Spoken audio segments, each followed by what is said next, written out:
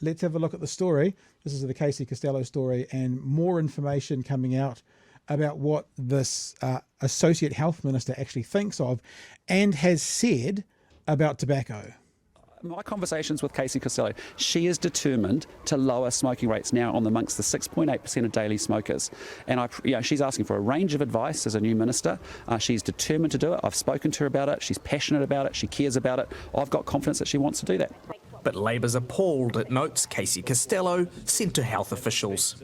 Now, remember, she sent these to health officials. They're playing this game, and I'll actually let this play through beyond this, that she's now kind of going, I don't know where the note came from. She's literally saying it. But the journalist at the end of this conversation does a very good wrap-up of it, which we don't normally play the journalist speaking, but we will today because it's very good. Including that the tobacco industry in New Zealand is on its knees, as if that is a concern of the minister, of an associate minister of health. In addition, she says that nicotine is only as harmful as caffeine. They want her sacked. How can you be a minister of health when you are mostly concerned about the health of the tobacco industry? In the House, Labour tried to get answers. Who wrote the note that asked for excise, that said freeze the excise tax on smoked tobacco that she gave in 2023, that she gave to officials? Who wrote it?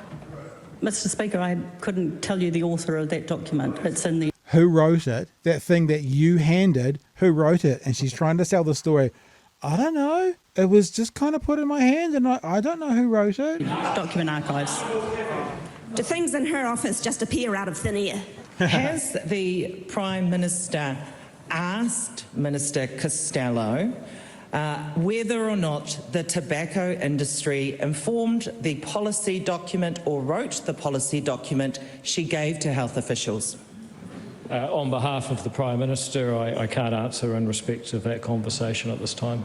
Are MPs buying it? I don't believe that she doesn't know where a proposal for reducing excise tax this year would come from. Talk to her. She's the one accountable for it. How's this for a runaway? You know, how's this for I'm not interested in being involved in this conversation by a co-minister? Would come from. Honestly. Talk to her. She's the one accountable for it, not me. Smoke bomb. Well, you should talk to her. I mean, I don't know. I'm not Casey. Not long in the job, Casey Costello's attracting plenty of heat. All right, Benedict, have we heard anything more from Casey Costello? Not a peep, I'm afraid. Casey Costello refused to be interviewed when approached by One News today. But I think it's fair to say that we've got this new minister here really dancing on the head of a pin. First of all, Casey Costello said she hadn't sought advice on freezing tobacco taxes. When evidence emerged that she had, she then said, well, I haven't sought specific advice. Now she's telling us that she doesn't know who wrote that advice that she sent through to health officials asking for information on freezing tobacco taxes. I mean, this is really starting to look like a mess for the government. Now, Christopher Luxon, I think he realises that. He's gone to both the New Zealand First parties and the ACT parties this week and sought assurances from them that they haven't received funding from the tobacco industry, and he says he's received those assurances. There you go. So, a mess. Look, it's very interesting to me that, how can we put it?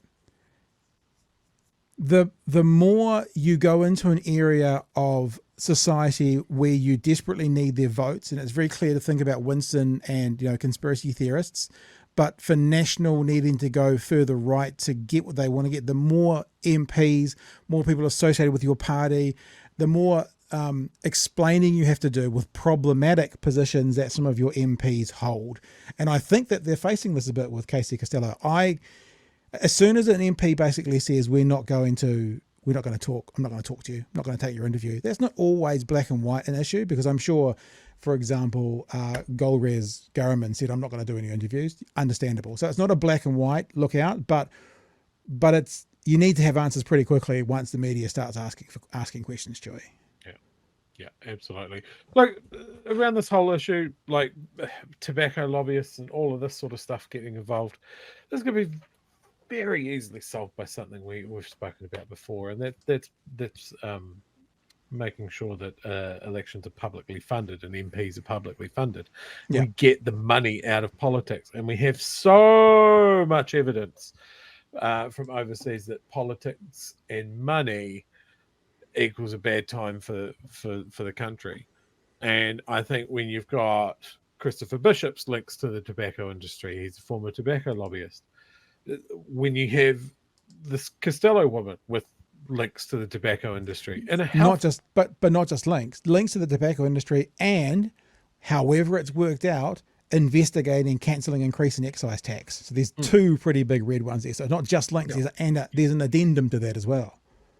Yeah, it's just crazy, and you know, are these people like, you can't tell me if you were in New Zealand first, a couple of weeks out for an election, realistically you were preparing for a job. You were sitting there going, fuck, there's no way I'm getting in.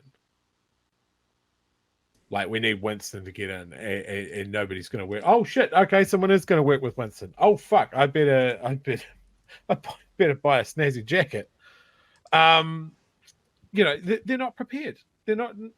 I kind of love this part of the political landscape after an election, where everybody is just kind of shit at their jobs. But at the same time, it's like, oh my God, we need you guys. But look, like, whether I agree with your policies or not, we need you guys to be better at your jobs.